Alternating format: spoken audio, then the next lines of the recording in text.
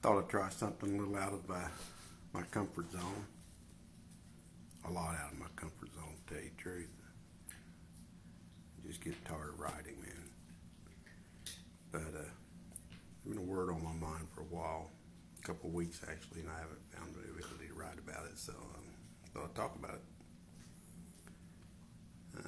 The word's collateral damage. I know a lot of us, when we get clean, we ask ourselves why. Why did I let it go so far? Why did I do the things I done? Why didn't I stop? Why? When I first started writing about this, I wanted to write about kind of thought about writing about the disease and effects of the disease, but the disease is just how I think and how I feel and how I respond.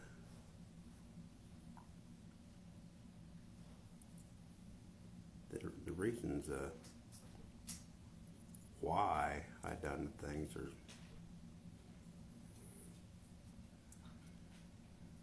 I really don't know the words. What I do remember, was all those years Kath telling me, things like, you're going to regret this, Greg.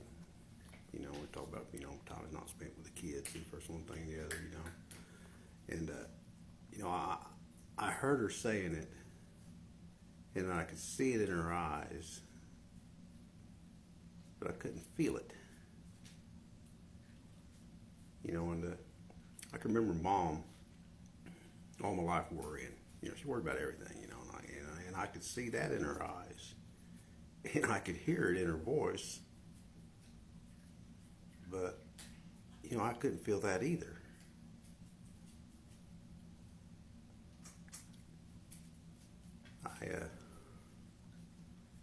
I remember the first time I ever drank a beer, the first time I ever smoked a joint, first time I ever did a hit of speed.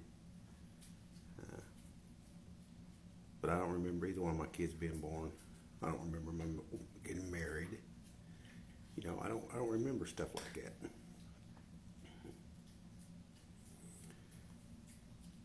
What I do remember is always wanting to use.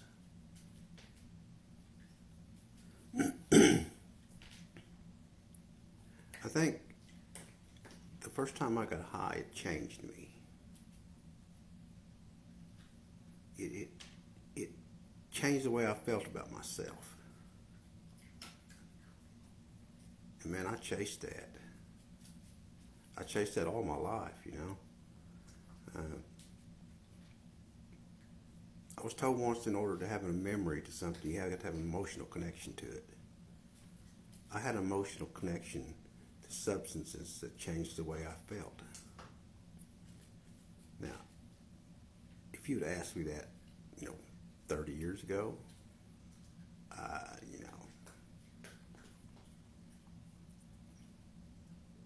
don't know what I said.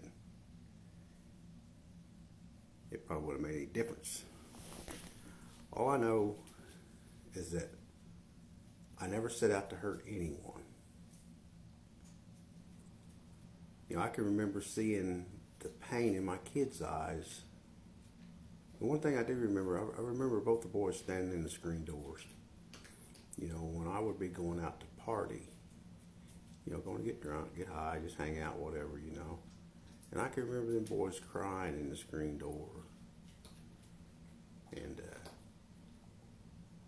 I just went home and did what I had to do, what I thought I had to do. But I never felt their pain. I never felt any pain that I could remember.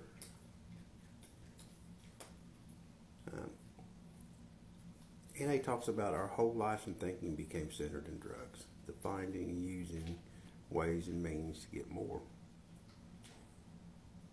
And I know today that's what happened to me. It's plain to me today. That's exactly what happened to me. All of my memories are wrapped up in using dope and partying. I had an emotional connection to that. Not my family. not even my friends really. They were just somebody that I partied with. And as the years went by and I got into heavier and heavier dope, as them things come along, in the beginning, they were just something to keep me awake longer so I could drink more and smoke more. It didn't take long, especially when I got on the crank, the meth, the shit, whatever you want to call it, When I got that, it changes things in a different way.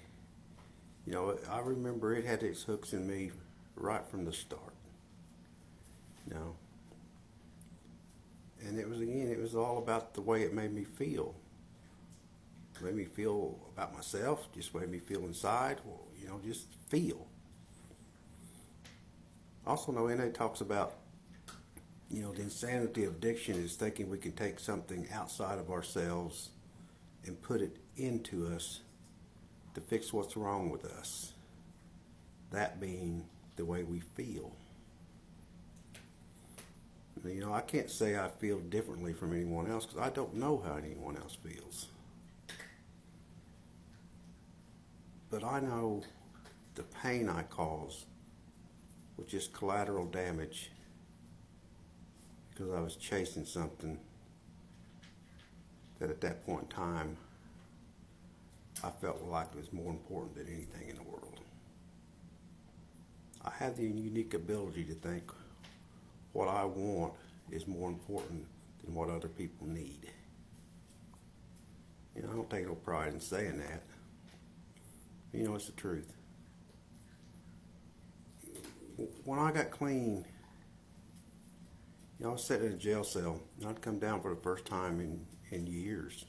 I'm not talking about getting clean, I'm talking about coming down. And my feelings hit me like a train. I didn't see them coming. I hadn't felt nothing like that before in my life. And I thought they was going to kill me. I could feel then, brother. And not only could I feel that, everything flashing before my eyes like looking through a toilet paper tube or something, You could just see every little thing people said, every little actions, every little time you hurt someone. You could see it, or I could see it, only I could feel it then. And I couldn't shake it. I got wrapped up in that for years, and I can still get wrapped up in that. When I see someone in my family suffering for something that I had a hand in, it sucks. It really sucks. I don't stay wrapped up in that shit anymore. Through this process of recovery, I learned, I'm not fucking perfect by a long shot. And, I've done a lot of shit that I shouldn't have done. But I never did it with intent to hurt my family. I know that don't take away the pain, and I know that don't take away anything. But it helps me live with it. So I don't know.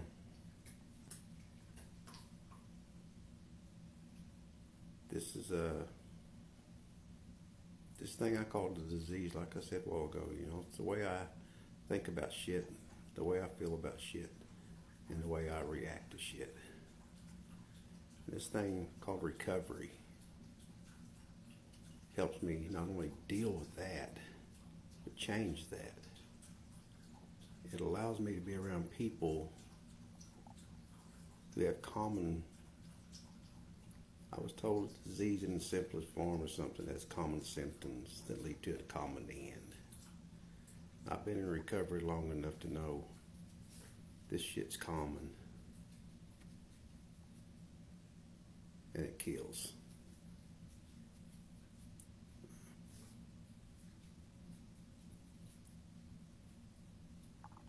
I've made my amends to the best of my ability. I try to make a living amends, by not doing the things I've done before. I'm still the most selfish SOB on the face of the earth, I think, sometimes. Self-centered, self-seeking. But, I'm learning to live with that. I'm learning to fight it. I'm learning that it's something that I need to be aware of. And going to NA and AA and all the other programs that I go to allow me to keep that in the forefront of my mind. I don't want any more collateral damage on my part.